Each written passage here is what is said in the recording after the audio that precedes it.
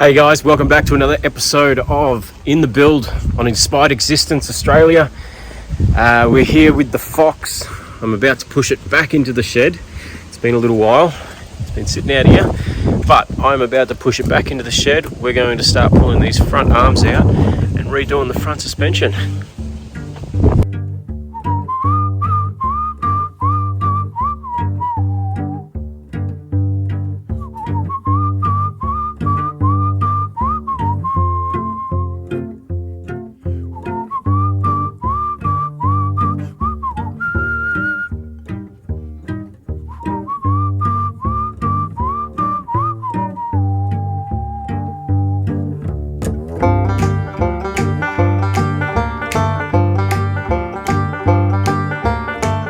Hey guys, the Fox is back in the shed. It's the first time it's been back in the shed for nearly a year.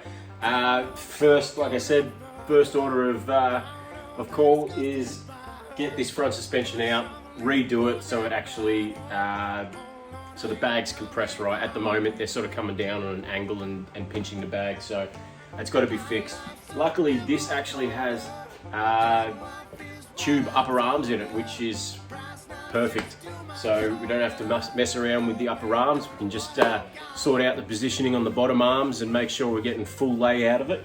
And then we've also got to cut the tubs out because they're just a little bit small. So I've got new tubs under the bonnet there to go into it. And yeah, so let's get stuck into it. Front right first. The stage smells, tells, hells, bells, misspells, knocks me on my knees.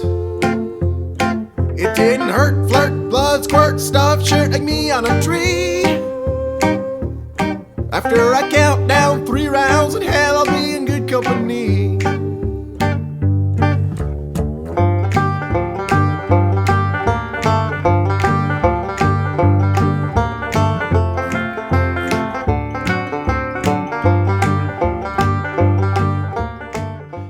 Righto, so next job, get the bag out, get the shock out, and start to work out where that positioning is going to be best for that bag.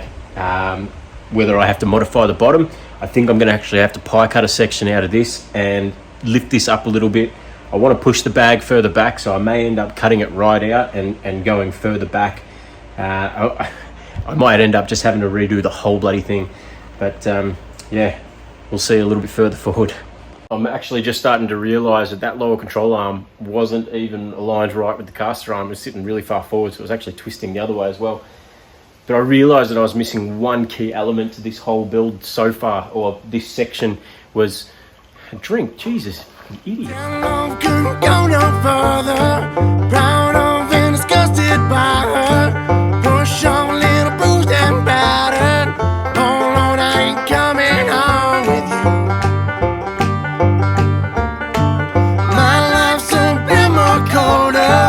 Dead wife is what I told her. Brass knife sinks to my shoulder. Oh babe, don't know what I'm gonna do.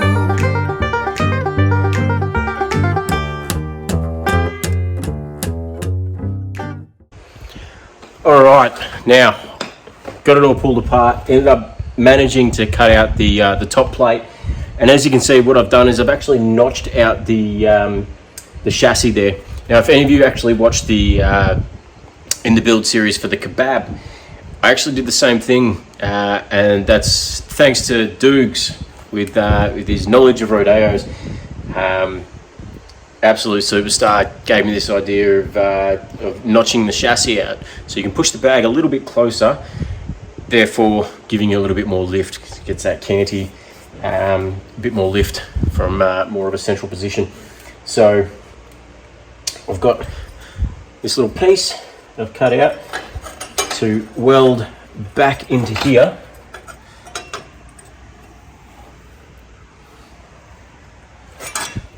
So I can sit the bag closer to the rails.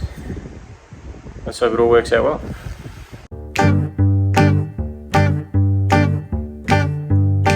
I see my redhead, mess, red tear shed, cream beam a squeeze. The stage smells, tells, hells, bells, misspells, knocks me on my knees. It didn't hurt, flirt, blood,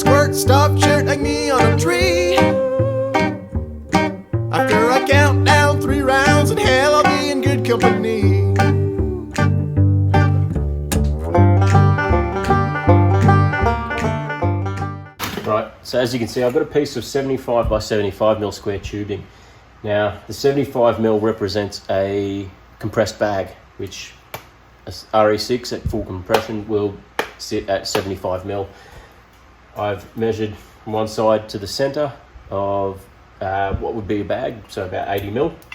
Just going to throw a bolt in there. Come here, you slippery little sucker. And what we're going to do is I'm just going to sit it in that bottom bag plate. Hopefully I don't have to move it, and I don't think I will. I think they've actually welded that bottom bag plate in far enough to use this with the recess. So as you can see, that lower control arm is up. It's probably got about 3 or 4 mil until it hits the chassis, which isn't too bad. I mean, I've got a little bit more room because the bags aren't completely square like this tubing is, so it will actually go all the way up. I've taken a sliver off the arms here. Sorry, off the where the top bag plate's going to be sitting. So once I push that back, that is going to be sitting a lot better and in position than where it was. I'm also going to get a lot more drop out of the front, especially seeing as this has drop spindles in it as well. So I'm not even going to have to take a section out of the lower control arm to give it that little bit more lift. This will be fine. So I've finished with the 75 by 75 block. What I'm doing now is I put the bag in so I can actually locate where I want the top plate to go in correlation to the actual bolt holes. So what I'm going to do is I'm going to bolt the top plate on. It's fucking hot because I just cleaned it up. I'm going to bolt the top plate on to the bag, and I'm going to lift it up as high as it can go, and where it sits is pretty much as long as I get the bottom arm straight. Where it sits is going to be where it's going to be for the top plate.